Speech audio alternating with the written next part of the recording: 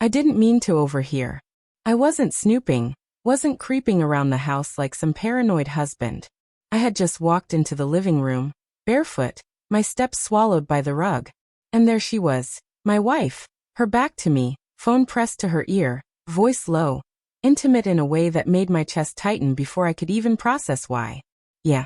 I miss you too, she whispered, her tone soft, fragile, so unlike the clipped voice she used with coworkers or friends. For a second, I thought she was talking to me, that maybe she hadn't noticed me come in. But then her body stiffened, her hand clutching the phone tighter. She turned halfway, and that's when our eyes met. She froze. It wasn't the startled reaction of someone caught off guard in an innocent conversation. It was the look of someone cornered, like a deer staring at headlights. My stomach dropped. I wanted to believe I was wrong, that what I heard wasn't what I thought, that the pause in her breathing, the way she pulled the phone from her ear so slowly, meant nothing. Who was that? I asked, my voice steady, but my insides felt like glass cracking under weight. She blinked, forced a smile that didn't reach her eyes. Just, Sarah. From the office. A lie. I knew it instantly. My wife was many things, but she was a terrible liar. Her lips twitched when she lied. They just did. And now they were twitching. I stood there, staring, the silence between us thick enough to drown in. I could hear the faint hum of the refrigerator, the tick of the clock on the wall, and her shallow breathing. Everything else had vanished. That night, I lay in bed beside her, staring at the ceiling while she scrolled through her phone. Every time the screen lit up, my heart thudded against my ribs. I wanted to reach over, grab it, see the truth for myself. But I didn't. I told myself I trusted her. I told myself I was just tired, imagining things, twisting her words because of one strange moment. But the image of her frozen face wouldn't leave me. It carved itself into my mind, replaying again and again, whispering, "She's hiding something." The first red flag came a week later. She started staying late at work. "Deadlines," she said. Her tone casual, like it had always been this way. But it hadn't. In 10 years of marriage, she had never once been a late-night worker. Then she began guarding her phone. She used to leave it lying around, even asked me to answer calls when she was in the shower. Now it was glued to her hand, screen tilted away, passcode changed. Still, I tried to push the doubts down. Tried to remind myself of the woman I knew. The one who once laughed at midnight with me in the kitchen, barefoot, stealing bites of cheesecake straight from the box. But doubt is like a splinter. Even small, it festers until it poisons everything. 2 weeks later, the truth started to crack open.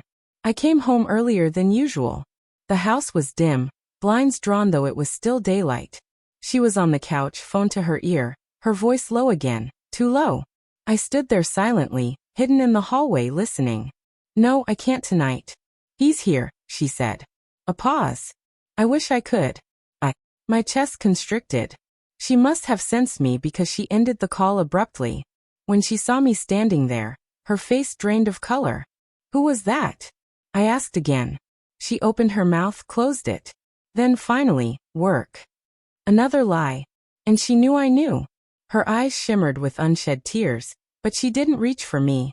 She just sat there, silent, the space between us a canyon neither of us could cross.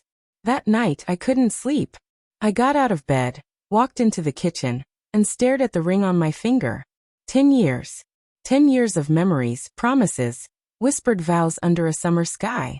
I wanted to believe she loved me still. But love doesn't hide in shadows. So I made a choice. I would find out the truth, no matter how much it destroyed me. The next day, I followed her. She said she had a late meeting. I waited 20 minutes, then got in my car and drove behind her, headlights dimmed. She didn't go to the office. She drove to a quiet street, parked in front of a small cafe I didn't recognize. She sat in her car for a moment, checking her phone, then stepped out. And that's when I saw him. A man waiting outside the cafe. Tall, clean-shaven, wearing the kind of grin that made my fists clench. She walked up to him, her entire body softening in a way it hadn't around me in months. He reached for her hand and she let him. My heart stopped. In that moment, I wanted to storm across the street, drag her away, demand answers. But I didn't. I just sat there, gripping the steering wheel until my knuckles turned white, watching the woman I loved more than life itself slip through my fingers. When she came home later, she smelled faintly of cologne that wasn't mine. She slid into bed, back turned to me, and whispered, "Good night." I stared at her in the darkness, every part of me screaming, but my lips stayed sealed. Because sometimes silence is louder than words. The confrontation came days later. I couldn't hold it in anymore. "Who is he?" I asked, voice shaking, eyes burning. She froze again, just like that first night. Then tears spilled down her cheeks. "I didn't mean for it to happen," she whispered. I felt invisible, like we were just going through the motions. He made me feel seen." Her words cut deeper than the betrayal itself, because in them I saw pieces of truth. I had been busy, distracted, caught up in work, taking her presence for granted. But none of that excused this. None of that justified the knife she'd driven into my chest. "Do you love him?" I asked. Her silence was the answer. In the end, there were no screaming fights, no shattered plates, no slammed doors. Just quiet devastation. I packed a bag and left that night. She cried, begged me to stay, said she was sorry. But some things can't be undone. Some wounds don't close. As I drove away, the streetlights blurred through my tears. My hands trembled on the wheel.